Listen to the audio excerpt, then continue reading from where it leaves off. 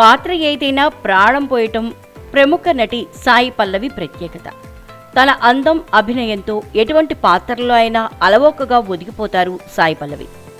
ఈ క్వాలిటీస్తోనే ఆమె కోట్లాది మంది అభిమానులను సంపాదించుకున్నారు.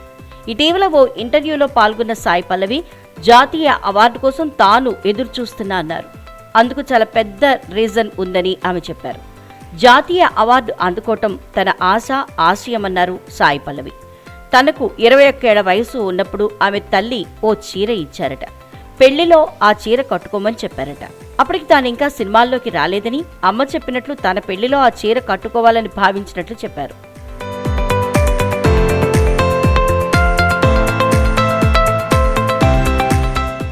ఆ తర్వాత 3 ఏళ్లకు సినిమాల్లోకి అడుగుపెట్టి మొదట ప్రేమం సినిమా కోసం వర్క్ చేశానని చెప్పారు. సినిమాలోకి వచ్చిన తొలినాళ్లలో ఏదో ఒకరోజు తప్పకుండా ఒక ప్రతిష్టాత్మక అవార్డు అందుకుంటానని అనిపించిందని, జాతీయ అవార్డు అంటే ఆ రోజుల్లో ఎంతో గొప్పగా భావించేవారని, అందుకే దానిని అందుకోవడమే తన లక్ష్యంగా భావించానని చెప్పారు.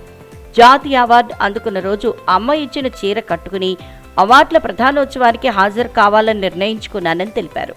అవార్డు అందుకున్నా అందుకోకపోయినా అమ్మ చీర ధరించే వరకు తనపై ఒత్తిడి ఉంటుందని తెలిపారు.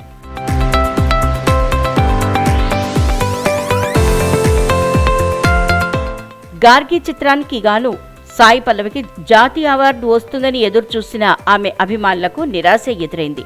ఆ ఏడాది నిత్యా మీనన్ను నేషనల్ అవార్డు వరించింది. ప్రస్తుతం సాయి పల్లవి కథానాయికగా నటించిన రీసెంట్ మూవీ తండేల్. దీనిలో నాగచైతన్య హీరోగా నటించారు.